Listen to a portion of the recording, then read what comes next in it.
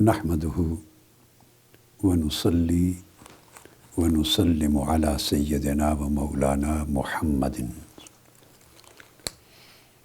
رسول النبی الامین المکین الحنین الکریم الرؤوف الرحیم اما بعد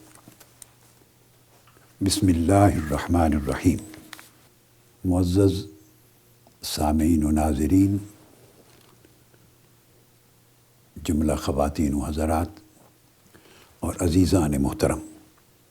اللہ جل مجدہ کی توفیق سے ہم نے پچھلی نشست میں صحیح البخاری کی پہلی کتاب کی آخری یعنی 7ویں حدیث کا مضمون مکمل کیا۔ میرا خیال تھا کہ آج اگلی کتاب یعنی کتاب الایمان کو شروع کیا جائے، مگر اچانک میں نے اس بات کو ضروری سمجھا کہ جو مضمون صحیح بخاری کی حدیث نمبر 7 میں یعنی کتاب و بدء الوحی کی جو آخری حدیث ہے، جس میں قیصر روم یا ہرقل روم کے دربار میں ابو سفیان بن حرب کا سٹیٹمنٹ ہے، اسی طرح کا ایک واقعہ حضور نبی اکرم صلی اللہ تعالیٰ علیہ وآلہ وسلم کی سیرت طیبہ پر ایک اور بڑا عظیم الشان سٹیٹمنٹ فراہم کرتا ہے، اور وہ بھی حضور علیہ الصلوۃ والسلام کی مبارک سیرت کا ایک عظیم ڈاکیومنٹ ہے۔ جیسے کتاب و بدء الوحی کے تحت ہم نے حضور علیہ الصلوۃ والسلام پر وحی کے نزول کی ابتدا کے باب میں ام المومنین حضرت عائشہ صدیقہ رضی اللہ تعالیٰ عنہ کی روایت کو بیان کیا، جس میں ام المومنین حضرت خدیجۃ الکبریٰ رضی اللہ تعالیٰ عنہ کا سٹیٹمنٹ تھا۔ آقا علیہ السلام کی سیرت طیبہ کے 5 ابواب بیان کیے۔ حضرت عبداللہ ابن مسعود نے آپ کی سیرت طیبہ پر ایک بہت بریف سٹیٹمنٹ دیا، جبرائیل امین رمضان المبارک کی ہر شب آپ کے پاس آنے کے حوالے سے۔ پھر ابو سفیان بن حرب، ان کی زبان سے صحیح بخاری نے ایک بڑی جامع تصویر پیش کی آقا علیہ السلام کی سیرت طیبہ اور آپ کی تعلیمات کی۔ ایگزیکٹلی اسی کے ساتھ مشابہت اور مماثلت رکھتا ہے ایک اور سٹیٹمنٹ۔ تو میں نے چاہا کہ یہ صحیح بخاری کے حوالے سے چونکہ سیرت نبوی کے کچھ ابواب بیان ہوئے ہیں، اور وہ ابواب عجیب ہیں کہ وہ سٹیٹمنٹس ہیں۔ ایک آپ کی زوجہ مطہرہ کا سٹیٹمنٹ ہے، ایک صحابی کا سٹیٹمنٹ ہے، مگر اس زمانے میں جب وہ ابھی اسلام انہوں نے قبول نہیں کیا تھا، اور زمانہ قبول اسلام کے بعد وہ آگے نیریٹ کر رہے ہیں صحابہ کو۔ یہ سٹیٹمنٹ اس زمانے کا ہے جب کچھ صحابہ اکرام ہجرت کر کے حضور علیہ الصلوۃ والسلام کے حکم سے حبشہ چلے گئے تھے۔ وہاں حضور علیہ الصلوۃ والسلام کے سگے کزن ہیں حضرت جعفر بن ابی طالب، یعنی سیدنا مولا علی المرتضیٰ کرم اللہ وجہہ الکریم کے سگے بھائی ہیں جعفر بن ابی طالب۔ انہوں نے سٹیٹمنٹ دیا ہے، اور حبشہ کے بادشاہ نجاشی کی کورٹ میں اس کے دربار میں سٹیٹمنٹ دیا ہے، اسی طرح کچہری لگی ہے۔ تو میں نے چاہا کہ ان 3-4 سٹیٹمنٹس کا جو کنٹینٹ ہے اور اس کا جو ماحصل ہے وہ ایک جیسا ہے، تو اس مضمون کا تسلسل برقرار رکھ کے آج کی حدیث کو بیان کر کے تب ختم کریں ہم اس کو، اور انشاءاللہ اس کے بعد پھر کتاب الایمان صحیح بخاری کی شروع کریں گے۔ اس طرح جب ان خطابات کو یا لیکچرز کو یا دروس اور حلقات کو آپ تسلسل سے سنیں گے اکٹھے، تو آپ کو بڑا بینیفٹ ہوگا، اور آلموسٹ جتنے ضروری چیپٹرز ہیں سیرت طیبہ کے، جو براہ راست ہماری سیرت و کردار پر، ہماری طبیعت اور مزاج پر، ہمارے کنڈکٹ اور بیہیویئر پر، اور ہماری فکر اور سوچ پر، اور ہمارے طرز زندگی پر اثر ڈال سکتی ہیں، تو یہ احادیث بہت کارآمد ثابت ہوں گی۔ جب مکہ میں مظالم بہت بڑھ گئے، کفار اور مشرکین اور قریش مکہ نے اذیتوں کی انتہا کر دی اور بہت سویئر قسم کی پرسیکیوشنز شروع ہو گئی، تو حضور علیہ الصلوۃ والسلام نے اس وقت صحابہ کرام کو حکم دیا کہ حبشہ ایک سرزمین ہے، تم ادھر ہجرت کر جاؤ، وہاں کا بادشاہ اپنی رعایا پر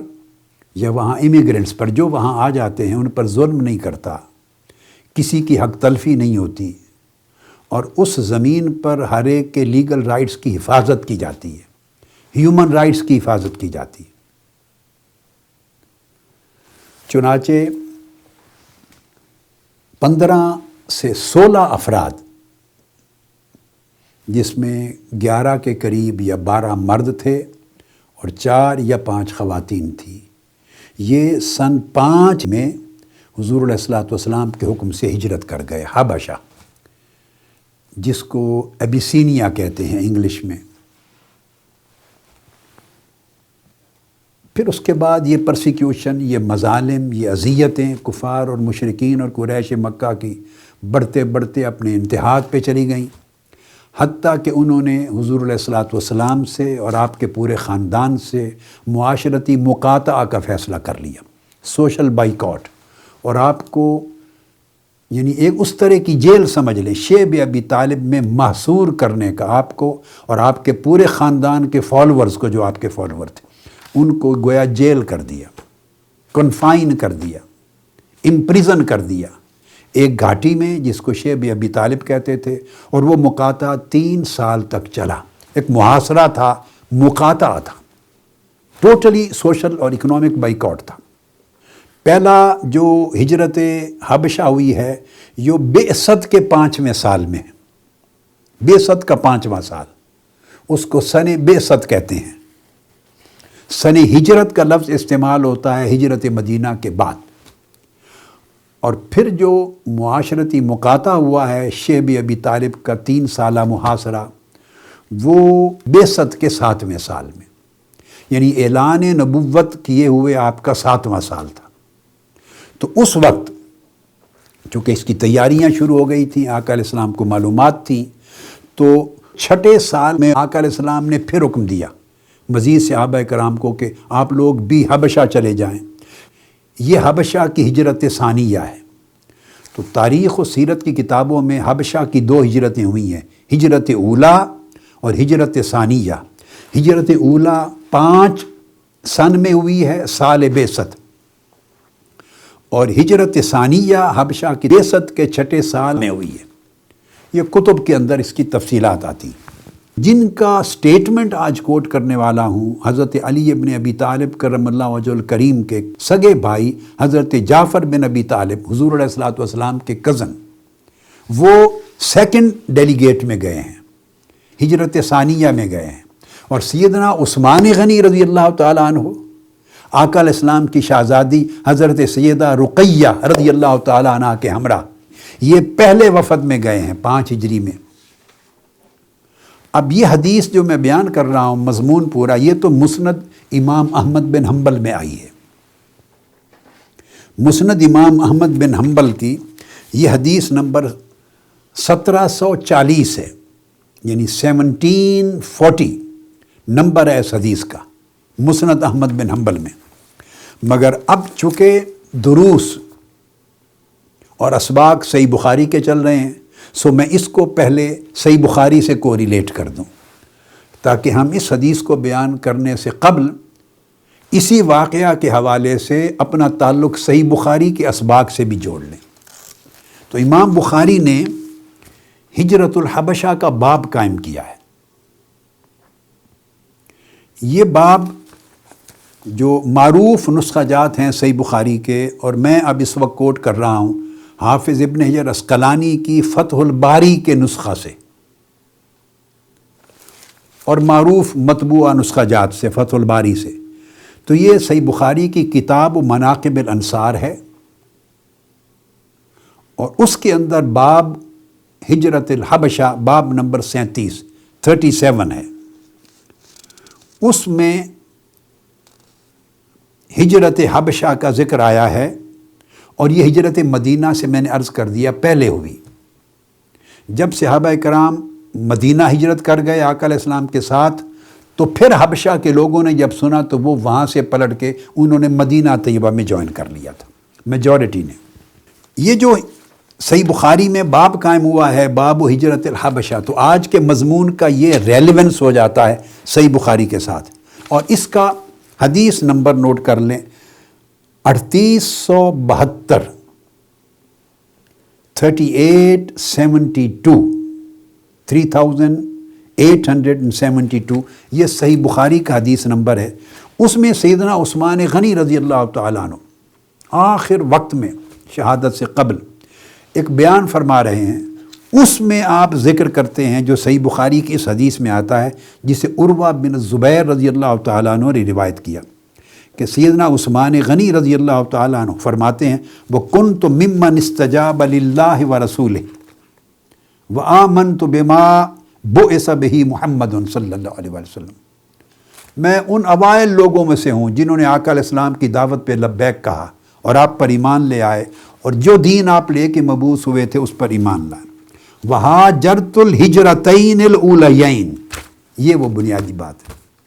اور میں نے جو پہلی 2 ہجرتوں کا مہاجر ہوں۔ حضرت عثمان غنی رضی اللہ تعالیٰ عنہ نے چونکہ دونوں ہجرتوں کے وفود میں شمولیت کی اور آپ وہاں مقیم رہے، تو آپ فرما رہے ہیں کہ مدینہ طیبہ سے قبل جو پہلی 2 ہجرتیں ہوئی تھی حبشہ کی، میں ان میں سے ہوں۔ اور پھر ذکر کرتے ہیں کہ آقا علیہ السلام کی صحبت میں رہا، آپ سے بیعت کی، اور یہ ذکر آیا۔ یہ امام بخاری نے حدیث حبشہ کی ہجرت کے باب میں لی ہے۔ اور پھر اس حدیث کو جو بیان کر رہا ہوں مضمون، اس کا مزید ریلیونس ہے، امام بخاری نے اس سے اگلا باب قائم کیا ہے، باب نمبر 38 اور وہ باب اسی کے تحت ہے، باب موت النجاشی۔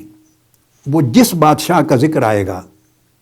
نجاشی کا، جو کنگ آف ایبیسینیا تھا،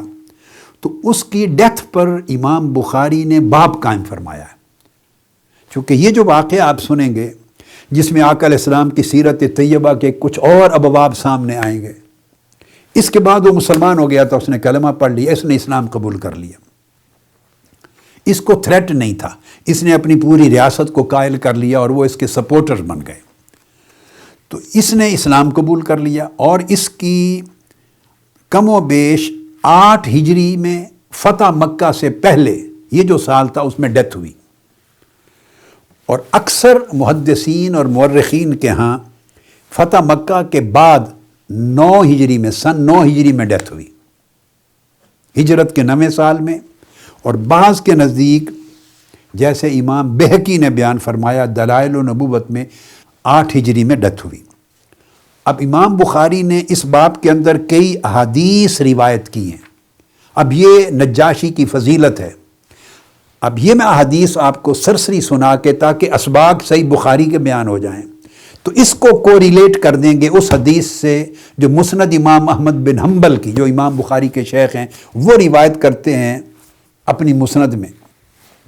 حضرت جابر بن عبداللہ رضی اللہ تعالیٰ عنہ فرماتے ہیں، روایت کرتے ہیں کہ جب نجاشی کی ڈیتھ ہوئی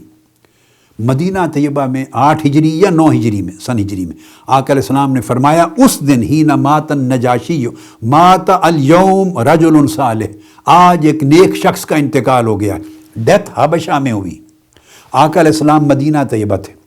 اور آپ کو معلوم ہے کوئی نیوز انفارمیشن پاس آن ہونے کے ذرائع نہیں تھے، یہ آقا علیہ السلام کے معجزات میں سے ہے۔ آپ نے مدینہ کی سرزمین سے نجاشی کو وفات پاتے ہوئے حبشہ میں دیکھ لیا، اور یہ خبر آقا علیہ السلام نے بریک کی، آپ نے فرمایا کہ آج وہ نیک شخص یعنی نجاشی اس کی ڈیتھ ہو گئی، فقوموا فصلوا علی اخیکم، سب لوگ اٹھو، صفیں باندھ لو میرے ساتھ اور نماز جنازہ ادا کرو۔ اپنے بھائی نجاشی اس کا ٹائٹل تھا، اس کی نماز جنازہ پڑھائی۔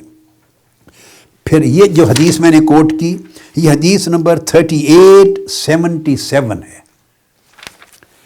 اس کے بعد اگلی حدیث لاتے ہیں امام بخاری، حدیث نمبر 3879، وہ بھی جابر بن عبداللہ رضی اللہ تعالیٰ عنہ سے مروی ہیں کہ ان النبی صلی اللہ علیہ وآلہ وسلم صلی علی صحۃ النجاشی فکبر علیہ اربع۔ آقا علیہ السلام نے نجاشی کی نماز جنازہ پڑھائی جس دن اس کی ڈیتھ ہوئی حبشہ میں، ادھر مدینہ میں،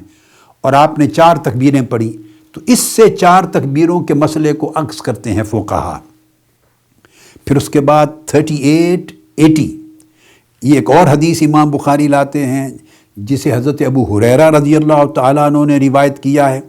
اور اس کا بھی یہی کہ آقا علیہ السلام نے اس کی تعزیت کی، اس کی نماز جنازہ پڑھائی اسی دن جس دن اس کی ڈیتھ ہوئی تھی، اور کہا کہ اس کے لیے دعائے مغفرت کرو۔ فَوَقَالَ اسْتَغْفِرُوا لِأَخِيكُمْ، اپنے بھائی نجاشی کے لیے دعائے مغفرت بھی کرو۔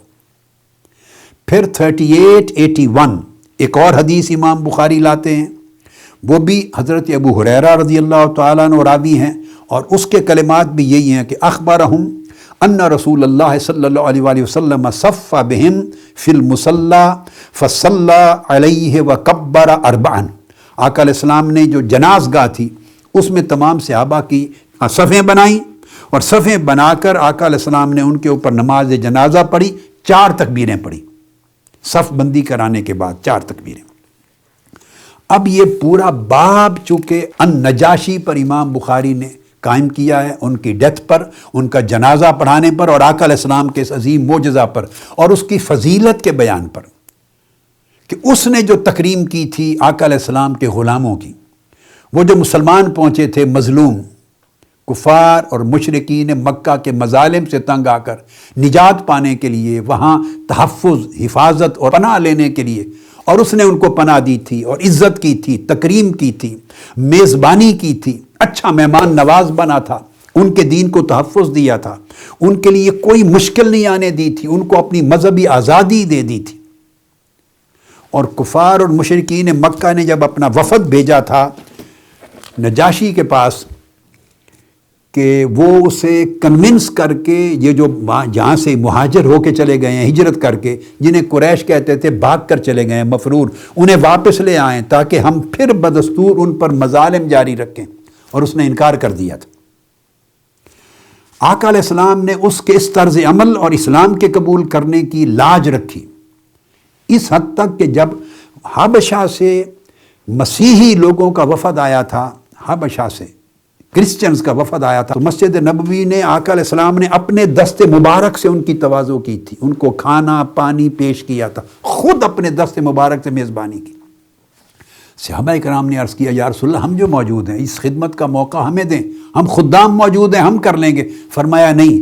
اس بادشاہ نجاشی نے، ان کے بادشاہ نے اپنے ہاتھوں سے میرے گئے ہوئے مسلمان بھائیوں اور میرے غلاموں کی خدمت کی تھی، حفاظت دی تھی، مجھے اس کے احسان کا بدلہ خود چکا لینے دو۔ هل جزاء الاحسان الا الاحسان۔ اب چونکہ صحیح بخاری کے حوالے سے اتنا ریفرنس میں نے دیا، تعلق قائم ہو گیا نا، اب یہ حدیث میں اس موقع کی سناتا ہوں۔ تو جب دوسرا وفد بھی چلا گیا حبشہ، جب جعفر بن ابی طالب رضی اللہ تعالیٰ عنہ بھی پہنچے، تو قریش مکہ نے دیکھا کہ لوگوں کے لیے پناہ گاہ مل گئی ہے، تو انہوں نے 2 بڑے چوٹی کے اپنے لوگ متعین کیے، تحائف بھیجے، بہت سارا سامان خرید کر، اور کہا کہ وہاں جا کے رشوت کے طور پہ اس کے وزراء میں بانٹو۔ نجاشی کے جو مذہبی رہنما ہیں، اس کے حبشہ کے ریلیجس لیڈرز ہیں، پولیٹیکل لیڈرز ہیں، انفلوئنشل لوگ ہیں، ایلیٹ ہیں، جو رائے عامہ ہموار کرنے اور نجاشی کو کنونس کرنے میں، انفلوئنس کرنے میں رول پلے کر سکتے ہیں، ان کو تحائف دو۔ انہوں نے تحائف بانٹے، اور بانٹ کے پھر نجاشی کی کوٹ لگی، اس کا دربار، اور وہاں وہ پیش ہوئے۔ یہ جو حدیث ہے جسے امام احمد بن حنبل نے روایت کیا ہے، دلچسپ ہے کہ اس حدیث کی راویہ، خود راوی ام المومنین حضرت ام سلمہ رضی اللہ تعالیٰ عنہ ہے۔ اس وقت صاف ظاہر ہے آقا علیہ السلام کے عقد زوجیت میں نہیں آئی تھی، پہلا زمانہ تھا، تو اس حدیث کو روایت، اور وہ بھی مہاجرات حبشہ میں سے تھی، اور وہ اپنے زمانہ قیام کی اپنی آنکھوں دیکھا حال اس دن کا بیان کر رہی ہیں جس دن کی یہ سٹیٹمنٹ میں کوٹ کر رہا ہوں۔ تو ام سلمہ وہ صاحبزادی تھی ابی امیہ بن المغیرہ کی، اور بعد میں آقا علیہ السلام کی زوجہ مطہرہ ہوئیں۔ وہ فرماتی ہیں کہ ہم جب حبشہ گئے اور ہم جا کے حبشہ کی سرزمین پہ سیٹل ہوئے تو نجاشی ہمارا بڑا شاندار میزبان بنا، اس نے ہمیں تحفظ دیا، ہمارے دین کی حفاظت کی، ہمارے جان و مال کی حفاظت کی، ہمیں اللہ کی عبادت کرنے دی، اور اپنی عقیدے کے مطابق ہمارے مذہب میں کوئی رکاوٹ نہیں ڈالی، اور ہم نے کوئی ایک معمولی سی بات بھی نہیں سنی جس کا کوئی بوجھ ہماری طبیعتوں پر آیا ہو۔ اس نے اتنی آزادیاں فراہم کی، فریڈم دی، ریلیجس فریڈم۔ اور یہ دلچسپ بات ہے، آقا علیہ السلام کی کوئی ملاقات نہیں ہے، حبشہ نہ کبھی آئے نہ گئے، مگر جانے سے پہلے آقا علیہ السلام نے فرمایا وہاں جاؤ، وہاں کا حکمران ظلم نہیں کرتا، حق تلفی نہیں کرتا، اور مذہبی آزادی دیتا ہے۔ یہ ارض و صدق ہے، یعنی جو آپ کے رائٹس ہیں ان کے تحفظ کی سرزمین ہے۔ اب جب قریش مکہ نے تو وفد بھیجا اور وہ وفد پیش ہوا، اس نے جا کے ڈیمانڈ کی یہ جو لوگ بھاگ کے آئے ہیں یہ ہمیں واپس بھیج دو۔ نجاشی نے پوچھا کیوں واپس لینے آئے ہو؟ انہوں نے کہا ایک شخص اٹھا ہے، اس نے نئے دین کا دعویٰ کر دیا ہے، اور حدیث کے الفاظ ہیں کہ بدعت کا دین ایک شروع کر دیا، یعنی نیا، جو ہمارے آباء و اجداد کے طریقے سے ہٹ کر ہے۔ تو کچھ سر پھرے نوجوان ہیں، انہوں نے اس کے دین کو، دعوت کو قبول کر لیا ہے، اور چلو اگر اپنا دین چھوڑنا بھی تھا تو پھر کم سے کم تمہارے دین میں داخل ہو جاتے، یعنی کرسچینٹی قبول کرتے، تو وہ اپنے باپ دادا کے دین کو بھی چھوڑ گئے اور تمہارے مذہب یعنی کرسچینٹی میں بھی نہیں آئے، اس ایک نئے مذہب کے اندر داخل ہو گئے، اور یہ ہم سے بھاگ کے آئے ہیں، مفرور ہیں، تو ہمیں واپس دو۔ خیر، میں آگے واقعات آتے ہیں، تفصیل میں ان طرف نہیں جانا چاہتا کیونکہ میرا فوکس اب آگے اس چیپٹر پر ہے جو سیرت طیبہ کے پہلوؤں کو بیان کرتی ہے، تاکہ پچھلی جن بخاری شریف کی احادیث کے تسلسل میں جو مضمون بیان ہو رہا ہے، تسلسل کے ساتھ اس کے ساتھ یہ جڑ جائے اور یہ اس کا کنکلوژن بن جائے۔ اس دربار میں پھر نجاشی نے طلب کیا ان عرب 2 قریشی مہمانوں کو بھی جو آئے تھے، اور جعفر بن ابی طالب کو بھی، اور آپ کے ساتھ جو باقی صحابہ اور صحابیات تھیں، اور کہا کہ تمہیں موقع دیتے ہیں۔ اس کو کہا بتاؤ تمہارا سٹیٹمنٹ کیا؟ اس نے کہا پہلے ان سے پوچھ لو جو آئے ہیں۔ تو نجاشی نے پوچھا جعفر بن ابی طالب سے تم کیا کہتے ہو؟ تو دربار میں پورے اس کے سارے ریلیجس لیڈرز تھے، اس کے وزراء تھے، اس کے امراء تھے، اس کے ایڈوائزرز تھے، اس کے پولیٹیکل اعیان تھے، اس کے تمام لوگ اور مسلمان بھی تھے، اور قریش مکہ کا وفد بھی تھا۔ وہاں حضرت جعفر بن عبداللہ نے سٹیٹمنٹ دیا ہے، اس نے کہا کننا قوما اہل جاہلیت نعبد الاصنام، ہم ایک جاہل قوم تھے، پیگن عربز تھے، پیگن عربز جاہل قوم تھے، ہم بتوں کی پوجا کرتے تھے، آئیڈل ورشپرز تھے۔ وَنَأْكُلُ الْمَيْتَ، ہم کیرین مردار کھاتے تھے، یہ ہمارا طرز زندگی تھا۔ وَنَأْتِ الْفَوَاحِشِ، اور ہم انڈیسنٹ لوگ تھے، جب اندازہ کریں بے حیائی کا ارتکاب کرتے تھے، انڈیسنسی کا، گناہوں کا ارتکاب کرتے تھے۔ وَنَقْطَعُ الْأَرْحَامِ، اور بلڈ ریلیشن شپ جو خونی رشتے ان کو کاٹتے تھے، ان پر ظلم کرتے تھے۔ وَنُسِيءُ الْجِوَارِ، اور اپنی نیبرہڈ کے حقوق کو ختم کرتے تھے، پڑوسیوں کو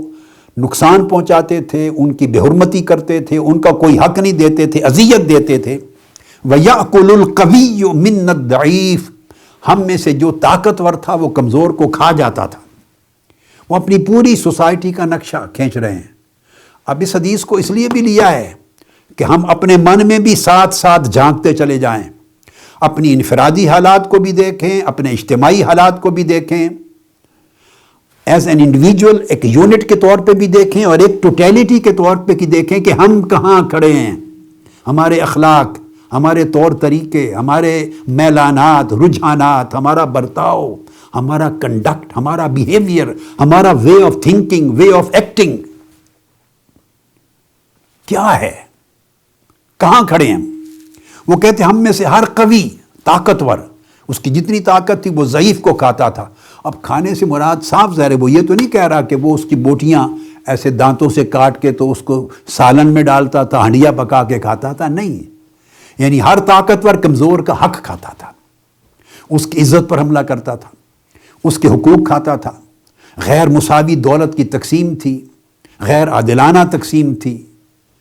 غریب غریب تر ہو رہا تھا، کمزور کمزور تر ہو رہا تھا، طاقتور طاقتور، امیر امیر تر ہو رہا تھا، غریب کے کوئی حقوق نہیں تھے ہماری سوسائٹی میں، اس کی کوئی عزت نہیں تھی، جان و مال کا تحفظ نہیں تھا، آزادیاں نہیں تھیں،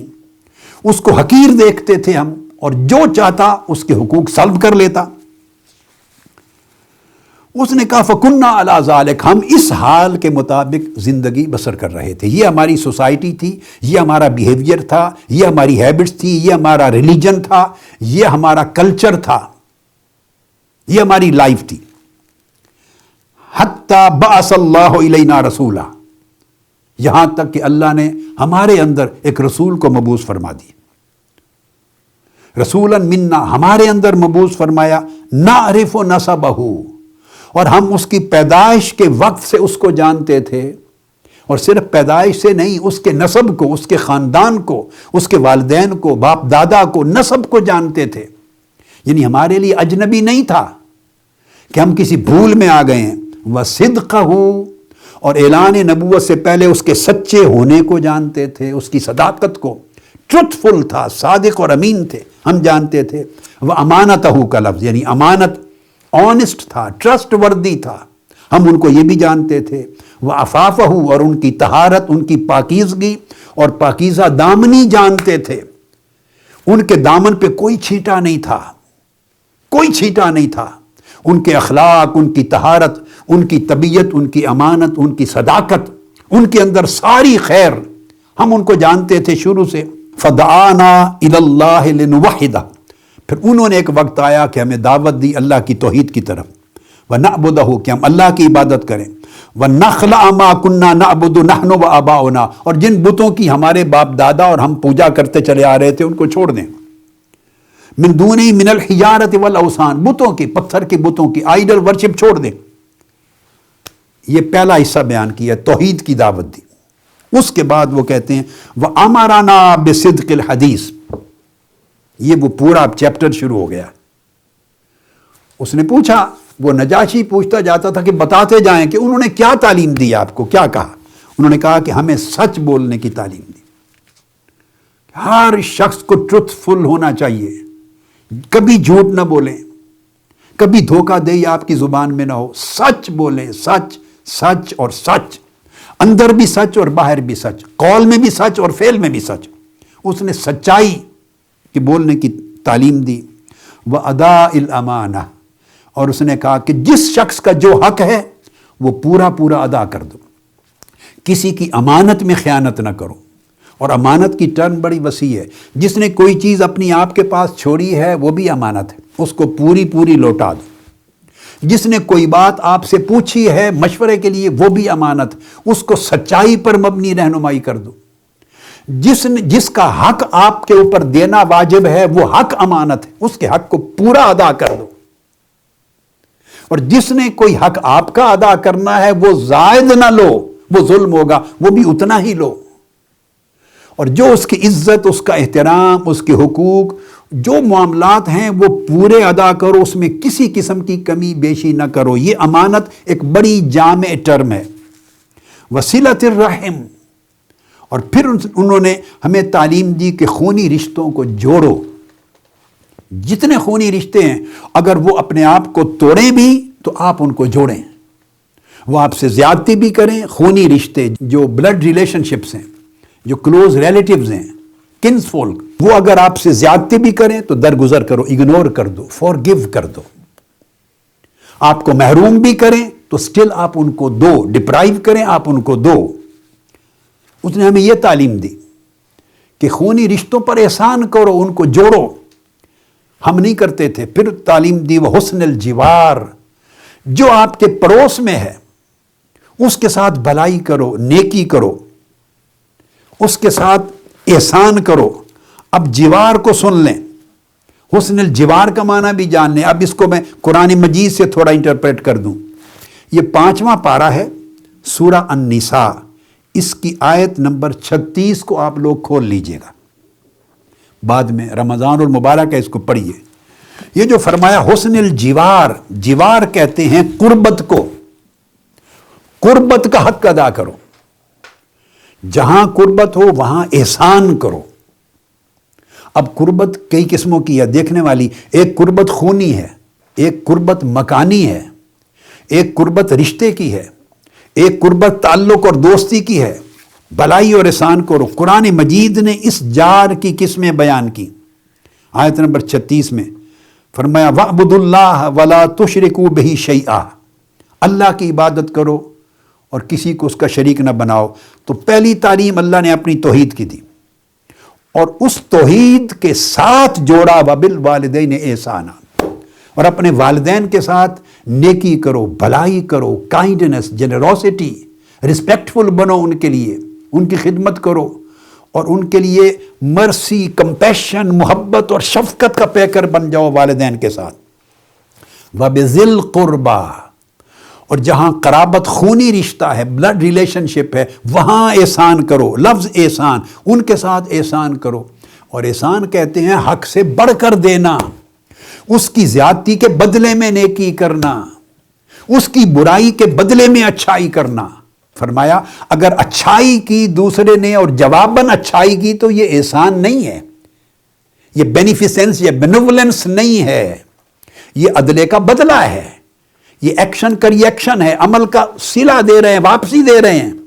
احسان نہیں۔ آقا علیہ السلام نے فرمایا احسان احسان ہوتا ہے کہ جو وہ ڈیزرو بھی نہیں کرتا وہ دو، جتنا ڈیزرو کرتا ہے اس سے زیادہ دو،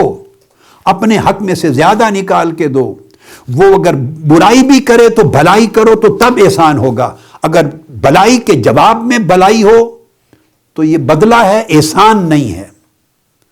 برائی کے جواب میں اچھائی ہو تو یہ احسان ہے،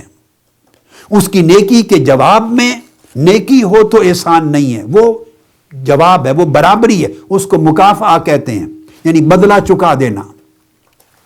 تو فرمایا احسان کرو جو قرابت دار ہیں، اور احسان کرو مسکینوں پر جو ضرورت مند ہیں، نیڈی ہیں، پور ہیں، انڈیجنٹ ہیں، حاجت مند ہیں، ان پر احسان کرو۔ آگے وہ جو لفظ تھا وہ حسن الجوار، اب وہ لفظ قرآن مجید میں آ رہا ہے وَالْجَارِ ذِي الْقُرْبَى وَالْجَارِ الْجُنُبِ وَالصَّاحِبِ بِالْجَنبِ وَابْنِ السَّبِيلِ، 4 قسمیں بیان کی جوار کی۔ اب آپ دیکھ لیجئے، تو ایک جوار فرمایا وہ وَالْجَارِ ذِي الْقُرْبَى، ایک وہ جو تمہارے قریبی پڑوسی ہیں، بالکل نیکسٹ ڈور نیبر ہیں، نیکسٹ ڈور نیبر، قریبی پڑوسی، دائیں بائیں آگے پیچھے، جن کو ایکچول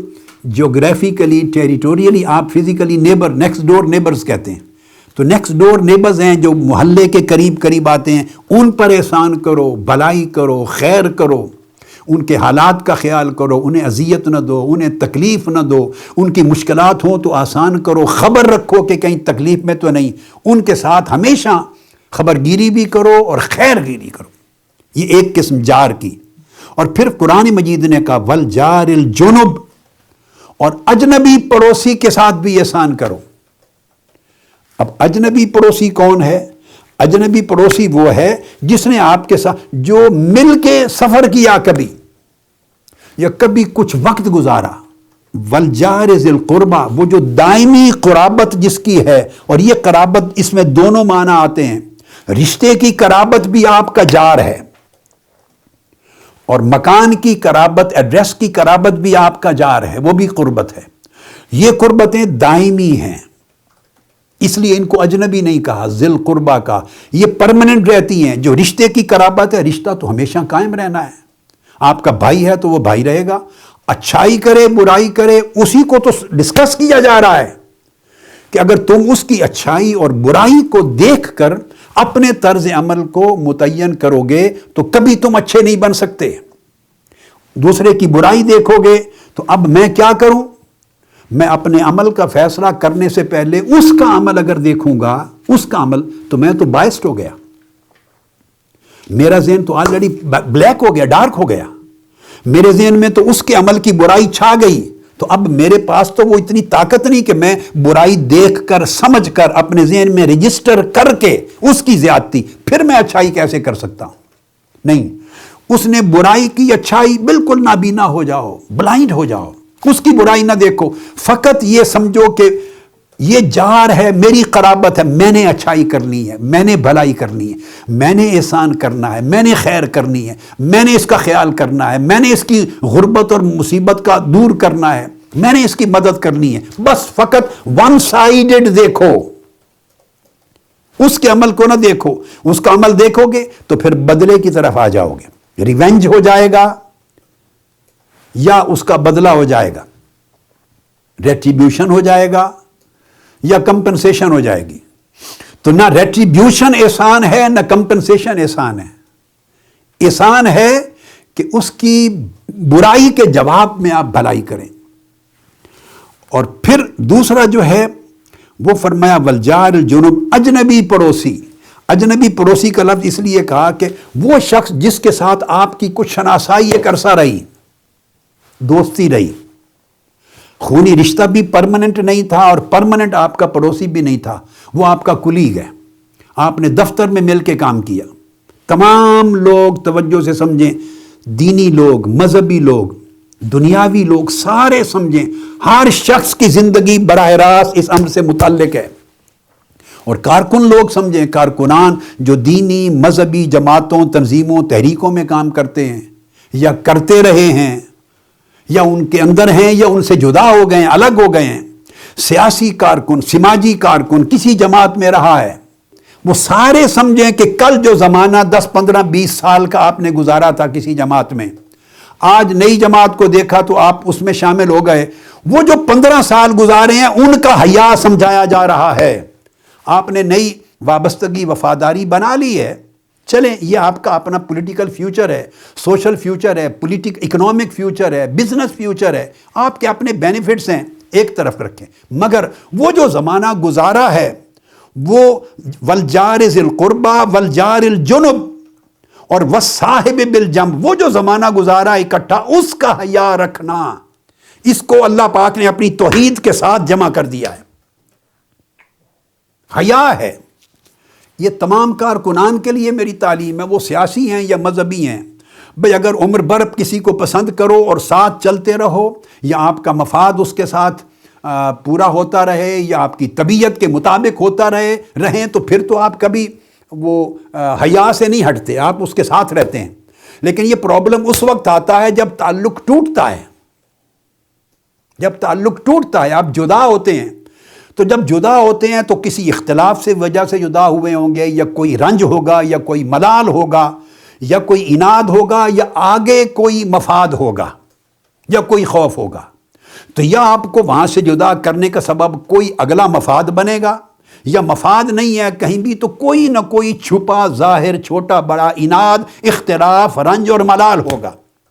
یہ وہ ایمان کا مسئلہ ہے، یہاں کسوٹی پہ تولا جا رہا ہے. جب عناد یا اختلاف یا رنج اور ملال کی وجہ سے آپ جدا ہو جائیں، گھر کے لوگ بھی سنیں، یعنی میاں بیوی میں خدا نہ خواستہ جدائی ہو جائے، فرمایا فَإِمْسَاكُمْ بِمَعْرُوفٍ اور تَسْرِيحٌ بِإِحْسَان. وہ ایک زمانہ گزرا، اللہ نہ کرے کسی کی وہ جدائی ہو جائے. یہ جدائی ایک جیسی ہے، خواہ وہ میاں بیوی کی جدائی ہو، خواہ وہ استاد اور شاگرد کی جدائی ہو جائے، خواہ وہ لیڈر قائد اور اس کے کارکن کی جدائی ہو جائے، خواہ وہ جماعتوں میں جدائی ہو جائے، خواہ کارکنان کی آپس میں ایک دوسرے سے جدائی ہو جائے، خواہ بہن بھائی رشتہ داروں کی اور دوستوں کا تعلق تھا سال ہا سال، وہ جدائی ہو جائے. اب قرآن مجید اس کو بتا رہے والجار ذی القربى والجار الجنب والصاحب بالجنب ابن السبیل، جن کے ساتھ ایک زمانہ اکٹھا گزارا ہے، وہ جیوار پیدا ہو گیا ہے. اس جیوار کا حیا رکھنا مرتے دم تک یہ ایمان ہے. تو سمجھا یہ رہا ہوں کہ جب تک تو آپ اس جیوار کے ریلیشن میں ہیں، اس وقت تک کوئی چیلنج نہیں، کوئی مشکل نہیں، چونکہ یا آپ کا مفاد پورا ہو رہا ہے، یا آپ کی سیٹسفیکشن ہے، یا آپ کی دوستی ہے تو آپ کی کنسولیشن ہے، اطمینان ہے، آپ مطمئن ہیں، خوش ہیں، راضی ہیں. Many reasons. جب تک جیوار قائم ہے تو آپ مطمئن ہیں، اس وقت تو آپ کے ایمان کو چیلنج ہی نہیں ہے. آپ کی دوستی ہے، آپ کا تعلق ہے، آپ کا مفاد پورا ہو رہا ہے، آپ کی ضرورت پوری ہو رہی ہے، آپ کا ذہن مطمئن ہے، دل مطمئن ہے، جہاں اطمینان ہوتا ہے وہاں تو پرابلم نہیں آتا، حیا کو کوئی چیلنج نہیں آتا۔ قرآن مجید اور حدیث پاک جو بتا رہی وہ یہ، جب وہ جوار ٹوٹتا ہے، اس لیے فرمایا اجنبی کہ وہ عارضی طور پہ تھا ایک وقت کے لیے، خواہ وہ سال ہا سال رہا، جب وہ ٹوٹا کسی وجہ سے ٹوٹا، وہ بحث نہیں ہو رہی ہے آپ درست ہیں یا جن کو چھوڑ کے آئے وہ درست ہیں، یہ سوال نہیں ہے، ٹوٹ گیا وہ جوار، وہ تعلق ٹوٹ گیا، وہ نیبرہڈ ٹوٹ گئی، وہ ریلیشن شپ ٹوٹ گئی، وہ کنیکشن ٹوٹ گیا۔ اب آپ کسی اور جگہ جڑ گئے یا نہیں جڑے،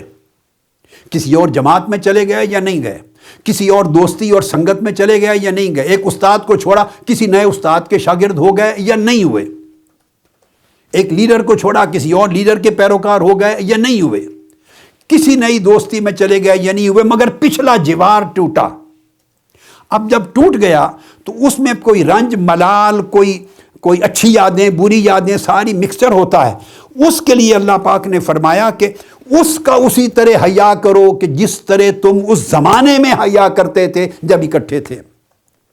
شوہر کو کہا اگر اختلاف کی وجہ سے جدائی بھی ہو گئی تو اس بیوی کو کہ راز نہ اٹھاؤ، اس کے پردے نہ اٹھاؤ، اس کے بارے میں بری باتیں نہ کرو، اسی طرح حیا کرو، کیونکہ قرآن مجید نے کہا تم اپنے پہلو جوڑ چکے ہو۔ میاں کو کہا اور بیوی کو تم پہلو پہلو زندگی گزار چکے ہو، تمہارے پہلو جڑے ہوئے تھے، اب پردے نہ اٹھاؤ، بے حیا نہ بنو۔ بیوی کو کہا کسی ناراضگی کی وجہ سے شوہر نے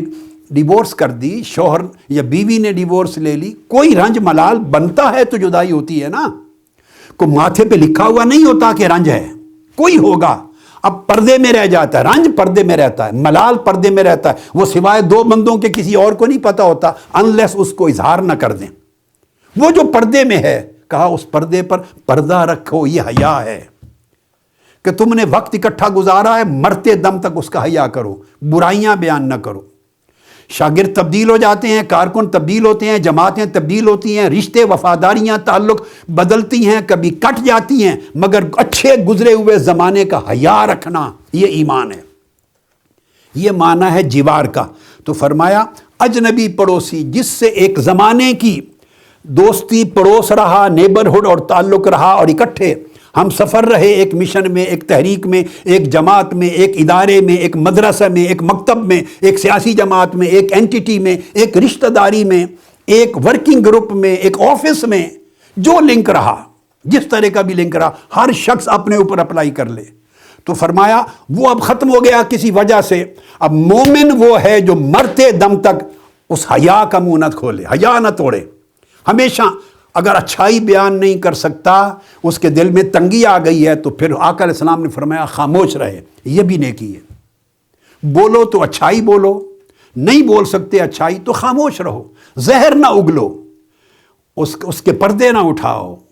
خرابی بیان نہ کرو۔ تو فرمایا وہ جو اجنبی پڑوسی ہے، ایک زمانے کی نیبرہڈ اور ریلیشن شپ رہی، اس کا بھی اللہ نے حکم دیا ہے کہ خیال کرو۔ اور پھر فرمایا والجار الجنب کے بعد والصاحب بالجنب، اور وہ لوگ جو تمہارے ہم مجلس ہوئے ہیں، کسی ایک مجلس میں اکٹھے بیٹھتے تھے، والصاحب بالجنب، ایک استاد سبق دیتا تھا، تم اکٹھے ہم سبق تھے، تو کلاس فیلوز کا بھی حیا قرآن مجید نے سمجھایا، آفس کے کولیگز کا حیا، جماعتوں کے اپنے کارکنان کا حیا، وہ لوگ جو مل بیٹھ کے پڑھتے تھے، سبق لیتے تھے، انجوائے کرتے تھے، چائے کے کپ پر بیٹھتے تھے، کسی کافی پلیس کے اوپر، والصاحب بالجنب، میڈیا میں کام کیا، پریس میں کام کیا، کسی جماعت میں، کسی دفتر میں، کسی آرگنائزیشن میں، جہاں بھی اکٹھے دفتر میں بیٹھتے تھے، چائے پیتے تھے، کافی پیتے تھے، گپ شپ کرتے تھے، دین سیکھتے تھے، کتاب پڑھتے تھے، کلاس میں پڑھتے تھے، گویا فرمایا والصاحب بالجنب، یعنی ہم مجلس تھے، تمہاری مجلس کمپنی سٹنگ ایک تھی۔ وہ جو سٹنگ کا زمانہ اکٹھا گزرا، فرمایا یہ بھی ایمان میں سے ہے اور اللہ کی توحید کے ساتھ جڑا ہوا ہے، رشتہ جڑا ہوا، کہ اس کا بھی حیا کرو، اس کے اوپر زبان نہ کھولو، برائی نہ بیان کرو۔ وابن السبیل، اور جو مسافر آ جائے تو فرمایا اس کا بھی حق ادا کرو۔ اور پھر وما ملکت ایمانکم، جو تمہارے زیر دست ہوں، خدام ہوں، ملازم ہوں، کام کریں، تو ان کا بھی حیا کرو۔ تو قرآن مجید نے یہ جو بیان کیا جوار، اور پھر دوسرے مقام پر آگے چل کے جوار کا ایک اور مقام پہ قرآن مجید کی سورہ بنی اسرائیل میں آیت نمبر 23 میں جہاں پھر فرمایا والدین کا اللہ کی توحید کے ساتھ فرمایا وبالوالدین احسانا، والدین کے ساتھ احسان کرو، اما یبلغن عندک الکبر احدہما او کلاہما، اگر دونوں والدین بوڑھے ہو جائیں یا دونوں میں سے کوئی ایک، تو جب بڑھاپا آتا ہے تو صاف ظاہر ہے مزاج طبیعتیں وہ پہلے جیسی نہیں رہتی، فلا تقل لہما اف،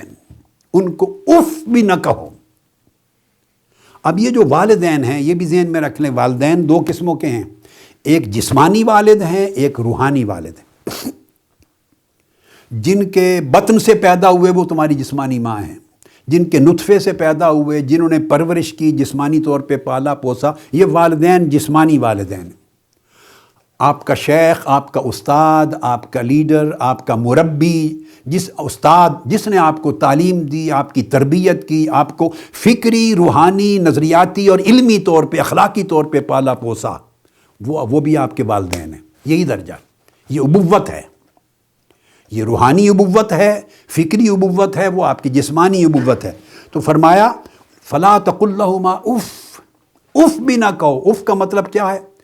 یعنی single world of displeasure, world of annoyance, world of impatience, بے صبری کا لفظ نہ بولو۔ ایسے ماں یا باپ سے جس لفظ سے آپ کا بے صبر ہونا آ جائے، تنگ ہونا ثابت ہو جائے کہ آپ تنگ آ گئے ہیں، بس انف از انف ہو گیا ہے، اور میں بڑا مشکل آپ کی بات سن کے یہ ٹربل ہو گیا ہے، ایسا لفظ جس سے اس کا دل ٹوٹے، آپ کی بے صبری ظاہر ہو، آپ کے اندر عزت و احترام کی کمی۔ فرمایا ایک لفظ اف، اف کا اٹ سیلف معنی کوئی نہیں، سمبولک ورڈ ہے، اف یہ بھی نہ کہو، یعنی ایک لفظ بھی ایسا نہ بولو جس کے آپ کے مزاج کے اندر تلخی پتہ چلے، بیزاری کا اندازہ ہو کہ آپ بے صبر ہو گئے ہیں یا تنگ آ گئے ہیں، اتنا اظہار بھی نہ ہو، یہ معنی۔ اور ولا تنہرہما، اور سخت کلمہ بھی نہ بولو جس سے وہ سمجھے کہ جھڑکا جا رہا ہے۔ وَقُلْ لَهُمَا قَوْلًا كَرِيمًا، اور ان سے جب بات کریں تو بڑے ادب کے ساتھ، بڑے جینرس ورڈز کے ساتھ بات کرو، کائنڈ ورڈز،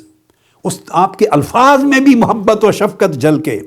اور پھر آگے فرمایا کہ نرم دلی اور عجز و انکساری کے بازو جھکا دو، سراپا سبمیشن، ہیوملٹی، رسپیکٹ بن جاؤ،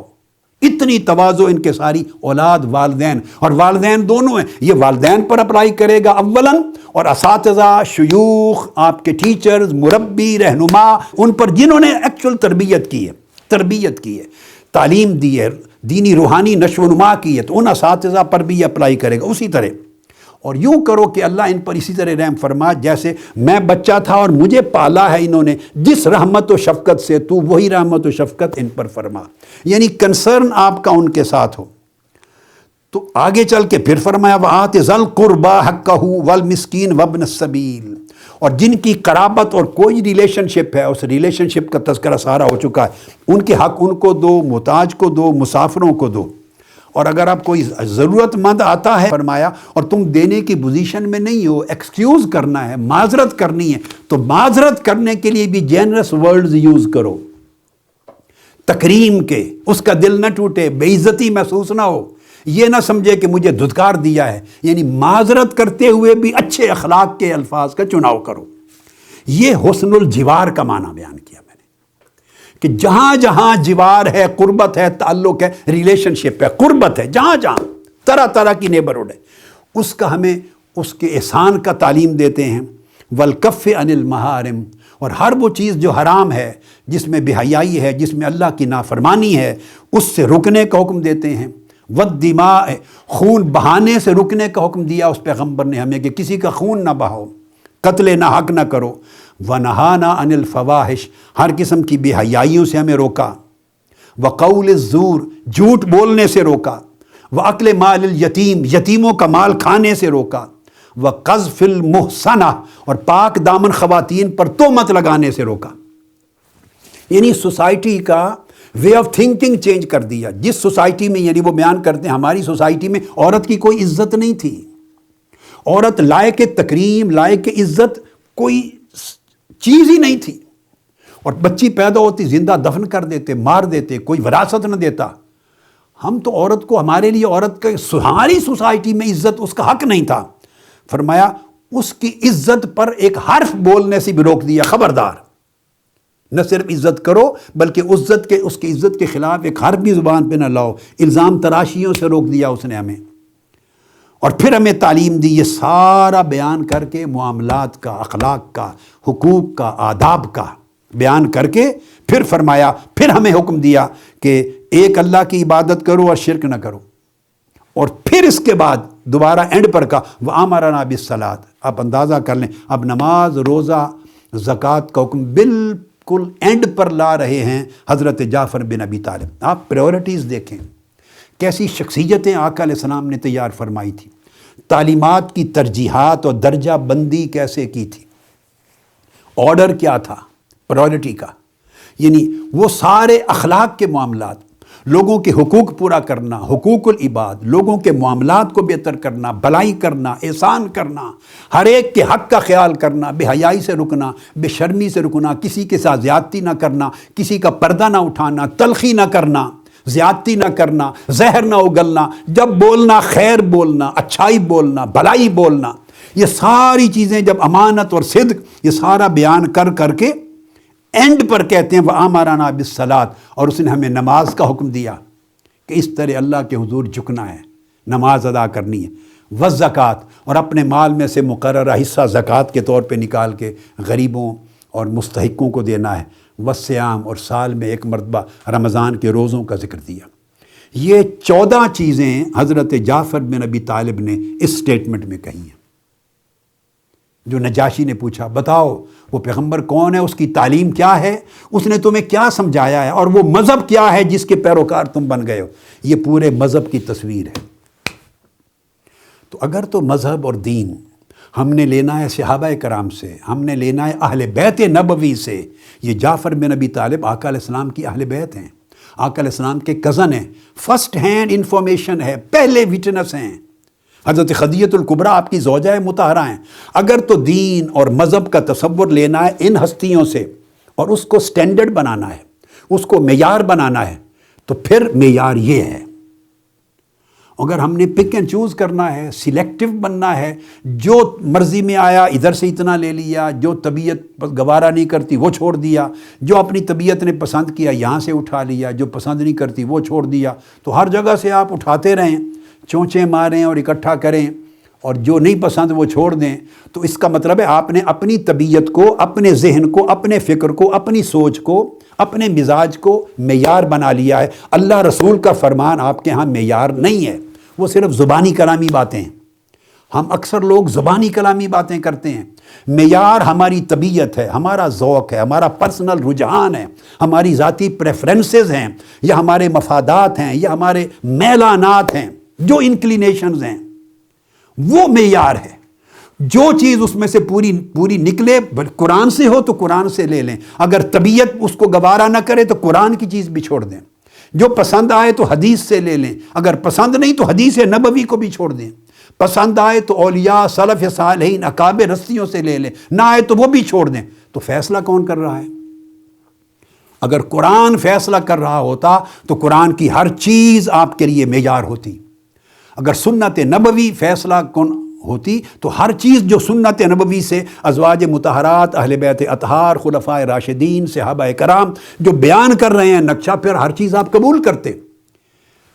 لیکن ہم یہ جو اس لیے قرآن مجید یہود کے بارے میں کہا کرتا تھا، وہ کہتے تھے نؤمن ببعض ونکفر ببعض، بعض چیزوں کو مانتے ہیں بعضوں کو نہیں مانتے۔ قرآن یہ کہتا تھا اپنی پسند کی چیزوں پر ایمان لاتے ہیں اور ناپسند کی چیزوں کو چھوڑ دیتے ہیں۔ یہ پورا ایک معیار دیا ہے، اور اس معیار کے بعد اینڈ پر پھر اس نے کہا کہ وہ کلام اس کے اوپر کیا نازل ہوا ہے، کہ وہی ہے تمہارے پاس؟ اس نے کہا ہاں میرے پاس ہے۔ اس نے کہا کچھ اس ورسز کو بھی سنا دو، اس کلام کی ورسز کو جو ان پر نازل ہوا ہے۔ انہوں نے سورہ مریم کی کچھ آیتیں تلاوت کی، اور چند آیتیں ہی تلاوت ہوئی تھی کہ نجاشی کی آنکھوں سے آنسوؤں کا چشمہ پھوٹ پڑا، اس کی حالت بدل گئی، اور اس نے کہا، دربار میں اعلان کیا، مسلمانوں تمہارا پورا تحفظ ہے، قریش کو کہا انہیں واپس نہیں بھیجا جائے گا، تمہارا کوئی رائٹ نہیں ہے ان پر، یہ ساری تعلیمات وہ ہیں جو موسیٰ علیہ السلام نے دی تھی، پہلے انبیاء دیتے چلے آئے ہیں، جو کتب میں موجود ہیں۔